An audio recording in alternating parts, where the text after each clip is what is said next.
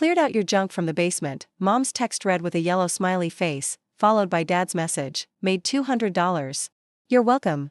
I stared at the photo sheet attached, a picture of empty cardboard boxes and bare walls where my art collection had hung for safekeeping. My hands started shaking so violently I nearly dropped my phone. Because those 12 paintings they just sold for pocket change had been authenticated by Sotheby 6 months ago at $2.3 million. I called my mother immediately. The phone rang 4 times before she answered, her voice cheerful and completely oblivious. Sweetheart, did you get my text? Your father and I finally cleaned out that basement. You wouldn't believe the space we have now. We're thinking of putting in a home gym or maybe a wine cellar. Your brother thinks a wine cellar would add value to the house when we eventually sell, Mom. My voice came out strangled. The paintings? The ones in the brown frames. Where are they? Oh, those old things? Some nice man bought the whole lot. He was so excited, kept saying what great frames they had. I told him they were probably reproductions or something, but he didn't seem to mind. Got $200 for all 12. Not bad for some dusty old pictures, right? I sank onto my couch, the room spinning around me. Mom, those weren't reproductions. Those were original works. I told you when I stored them there. I specifically told you not to touch them. She laughed. Honey, I know you like to think you're an art expert, but let's be realistic. You work at a nonprofit. You couldn't afford anything valuable. Besides, they'd been down there for 3 years gathering dust. If they were worth anything, you would have taken them with you. I couldn't speak. I literally could not form words. Anyway, she continued, your brother's engagement party is next month. We're going to need you to bring dessert. Nothing too fancy, just something simple.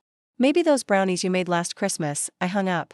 For several minutes, I just sat there, trying to process what had happened. 3 years of careful acquisition. 12 paintings by emerging artists who had since exploded onto the international scene.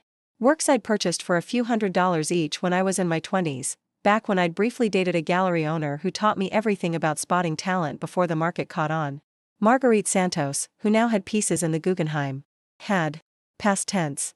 I'd stored them at my parents' house because my apartment's climate control wasn't suitable for art preservation, and because I'd stupidly believed they would respect my belongings. They'd signed a document I'd prepared, agreeing not to touch, move, or dispose of anything in the basement storage area I'd designated. Not that they'd read it. My parents never took anything I did seriously. I pulled up the photo Mom had sent again, zooming in on the empty wall. Then I noticed something in the corner of the image. A garage sale sign. And behind it, partially visible, was a man loading paintings into the back of a white van. I screenshot the image and zoomed in further. The van had a logo on the side. Prescott Fine Art Services. My blood ran cold. Prescott Fine Art Services was one of the most prestigious art handling companies in the country. They transported works for major museums, private collectors, and auction houses. They didn't show up at suburban garage sales by accident. Someone had known exactly what my parents were selling. I grabbed my laptop and started searching. It took me 20 minutes to find what I was looking for, a post on an art collectors forum from 6 days ago. Potential major find in suburban Connecticut. Estate sale situation, family doesn't know what they have. Multiple emerging artist originals, possibly including early Santos and Oyeleran. Verification pending. Interested parties contact through private channels. The post had been viewed over 2,000 times. Someone had tipped off collectors that my parents had valuable art. Someone who knew what was in their basement. Someone who'd waited until I was away. My brother Marcus had visited my parents 2 weeks ago. Marcus, who'd always resented my weird art obsession. Marcus, who complained for years that I'd taken up valuable storage space in our parents' basement. Marcus, whose fiancée had very expensive taste and whose accounting job didn't quite cover her champagne lifestyle. I called Sotheby's authentication department first thing the next morning. They confirmed what I already knew. I had documentation for all 12 pieces, including provenance records, authentication certificates, and photographs. The works were legally mine, stored at my parents' address with their written consent. The situation is complicated, the specialist, a woman named Dr. Harrington, explained. The paintings were sold by your parents, who had apparent authority as property owners. However, you have clear documentation of ownership. This will likely require legal intervention. What about the buyer? If the buyer purchased in good faith, not knowing the items were stolen or improperly sold, they may have certain protections. However, given the circumstances you've described, there may be evidence of fraud or conspiracy. I hired an attorney that afternoon. Jennifer Nakamura had a reputation for being ruthless in art recovery cases, and her initial assessment was encouraging. The forum post is key, she said, reviewing my evidence. It suggests premeditation. Someone knew the value of these works and deliberately facilitated their sale to a buyer who could acquire them below market value. If your brother is involved, we're looking at potential criminal fraud charges. And getting the paintings back? We'll file for immediate recovery. The buyer, whoever they are, will have to prove they purchased legitimately. Given the circumstances, I don't think that will be possible. The buyer turned out to be a man named Harrison Caldwell, a private collector from Greenwich who had a reputation for acquiring art through creative channels. His attorneys responded to our initial filing with a predictable defense. He'd purchased the paintings at a public sale, paid the asking price, and had no knowledge of their true value or ownership. Then we subpoenaed his communications. The emails were devastating. 2 weeks before the garage sale, Marcus had contacted Caldwell through an intermediary, offering first look at a significant collection in exchange for a finder's fee. They'd negotiated terms. Caldwell would pay Marcus $50,000 after acquiring the paintings, which would be made available through a family sale. My brother had sold my life's work for $50,000. A fraction of their value. Just enough to pay for his fiancée's dream wedding. I called my parents when I received the evidence. This time, my father answered. Vanessa, your mother told me you were upset about those old paintings. I don't understand what the fuss is about. They were taking up space, and you hadn't even looked at them in years. Dad, those paintings were worth over $2 million. Silence. Did you hear me? $2 million. And Marcus arranged to have them sold to a collector for $50,000, which he kept for himself. More silence. Then, that's impossible. Marcus would never, those were just paintings, Vanessa. You always exaggerated about your art stuff. I have authentication certificates from Sotheby's, Dad. I have appraisals from 3 independent experts. I have the emails where Marcus arranged the sale. This isn't an exaggeration. This is criminal fraud, and you and Mom are potentially accessories because you sold property that wasn't yours to sell. Now wait just a minute, I'm not waiting anymore, Dad. I've waited my entire life for you to take me seriously, and I'm done. My attorney will be in touch. The legal proceedings moved faster than I expected. Caldwell's attorneys, faced with the evidence of conspiracy, quickly shifted to damage control. They agreed to return 10 of the 12 paintings in exchange for dropping fraud charges against their client. The other 2, he claimed, had already been sold to international buyers and were out of the country. Jennifer negotiated a $400,000 settlement for the missing works. It wasn't their full value, but it was something. Marcus wasn't so lucky. My parents called me 3 times before the criminal charges were filed, each time with a different approach. First came denial. Marcus would never do such a thing, I must be mistaken. Then bargaining, maybe we could work this out as a family, no need to involve lawyers. Finally, anger, I was tearing the family apart over some paintings. I'd always been selfish, I was ruining Marcus's life over money. I didn't answer their 4th call, or their 5th. By then, the district attorney had taken an interest in the case. Art fraud was a growing concern in Connecticut, and my brother's scheme had all the elements of a headline-grabbing prosecution. Marcus was arrested on a Tuesday morning, at his office, in front of his colleagues. His fiancée posted bail, then broke off the engagement when she discovered the wedding fund had actually been stolen from his sister. She hadn't signed up for a criminal, she said. The trial lasted 4 days. I testified on the 2nd day, walking the jury through my collection piece by piece. I explained how I discovered Marguerite Santos at a tiny gallery in Brooklyn, how her painting of immigrant mothers had made me cry in front of strangers. I described meeting Derek Oyeleran at a community art show, how he talked about his Nigerian grandmother's influence on his work while I wrote him a check for $350 that I could barely afford at the time. These weren't investments to me, I told the jury. They were pieces of artists' souls that I'd been trusted to protect. When I bought them, no one knew these artists would become famous. I bought them because they moved me, because they represented something beautiful and true. My brother saw dollar signs. I saw human beings. The defense tried to paint me as vindictive, a jealous sister who couldn't stand to see her brother succeed. They brought up childhood incidents, arguments we'd had over the years, anything to suggest I had a motive to destroy him. But the emails spoke for themselves. Marcus had known exactly what he was doing. He'd researched the artists.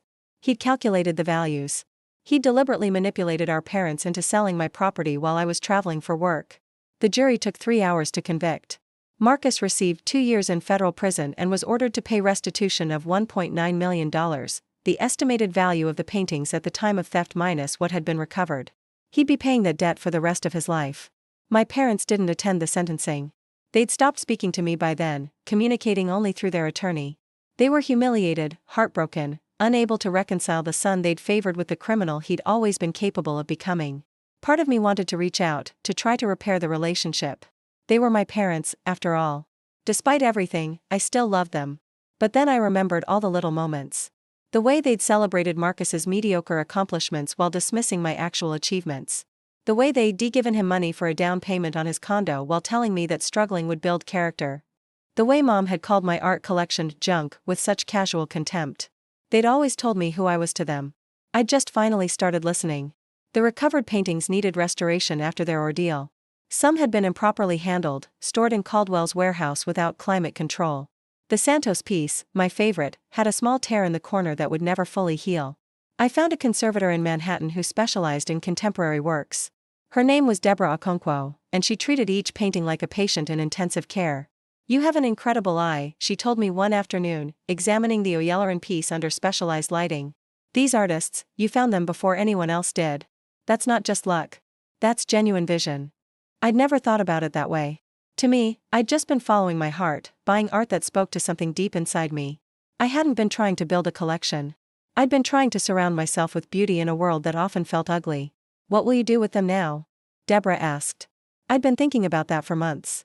The paintings were worth millions, more than I'd ever expected to have. I could sell them, secure my financial future, never worry about money again. But every time I considered it, I felt sick. "I'm going to donate them," I said. "To museums. The Santos will go to the Whitney. The Oyelloran to the Studio Museum in Harlem. The others to institutions that will display them publicly, where everyone can see them." Deborah looked at me with something like wonder. "You're giving away millions of dollars?" "I'm sharing something that was never meant to be hoarded. These artists created their work to be seen, to make people feel something. Hiding them in a private collection would be like locking birds in a cage." The donations made news in the art world. Several publications ran stories about the garage sale collection that had ended up in major museums. The artists themselves reached out, some tearful, some incredulous, all grateful that their early work had found such a thoughtful caretaker. Marguerite Santos invited me to her studio in Santa Fe. We sat on her porch, watching the sunset paint the desert in colors no photograph could capture. "You know what I remember most about you," she said, sipping her wine. "When you bought that painting, you stood in front of it for 20 minutes without saying a word. Then you looked at me with tears in your eyes and said, 'I see my mother in her face.' You weren't buying art. You were connecting with my grandmother's story, her struggle, her love." I thought about my own mother, who had texted me a smiley face while selling my dreams for pocket change. "My family never understood why art matters to me," I said. "They thought I was wasting my time, wasting my money, wasting my life." Marguerite reached over and took my hand. "Sometimes our real families are the ones we find along the way. The ones who see us clearly, even when we can't see ourselves." The settlement money from Caldwell sat in my bank account for 3 months before I decided what to do with it. I used it to start a foundation, a grant program for emerging artists from underrepresented communities. Each year, we'd fund 10 artists, giving them the resources to create without starving, to develop their vision without compromise. I named it the Eleanor Santos Foundation, after the woman in Marguerite's painting, the immigrant mother who had inspired a masterpiece. My parents finally contacted me on the 1-year anniversary of the donations. Mom sent a formal letter, typed and printed, clearly drafted by their attorney. "Dear Vanessa," it read, "your father and I have had time to reflect on the events of the past year. We understand that mistakes were made and that you have experienced significant pain. We hope that, in time, we can begin to rebuild our relationship as a family." There was no apology. No acknowledgement of what they'd done. No recognition that my worthless junk had turned out to be exactly what I'd always told them it was. I didn't respond. Some people might call that petty. Some might say family should always come first, that forgiveness is more important than pride. Maybe they're right. Maybe one day I'll feel differently. But right now, I'm sitting in my apartment, looking at the one painting I kept for myself. It's a small piece, nothing famous, created by an artist who never became well known. It's a portrait of a young woman standing alone in a garden, her face turned toward the sun, her expression peaceful despite the shadows behind her. The artist told me she painted it after leaving an abusive relationship. She said the woman in the painting was learning to trust the light again. I bought it for $75 at a street fair 15 years ago. It's probably worth about $75 today. But to me, it's priceless. Because some things can't be measured in dollars, no matter what they sell for at auction. And some people will never understand that, no matter how many times you try to explain. I used to think that was my failure, my inability to make them see. Now I understand it was never about me at all.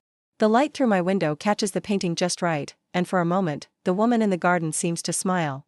I smile back. They say revenge is a dish best served cold, but I've discovered something better: success served openly, generously, and completely on my own terms. The paintings hang in museums now, seen by millions, while my brother serves his sentence and my parents wonder where they went wrong. They still don't understand that the answer was always hanging on their basement wall, dismissed and ignored, just like their daughter. But the world sees it now. The world finally sees.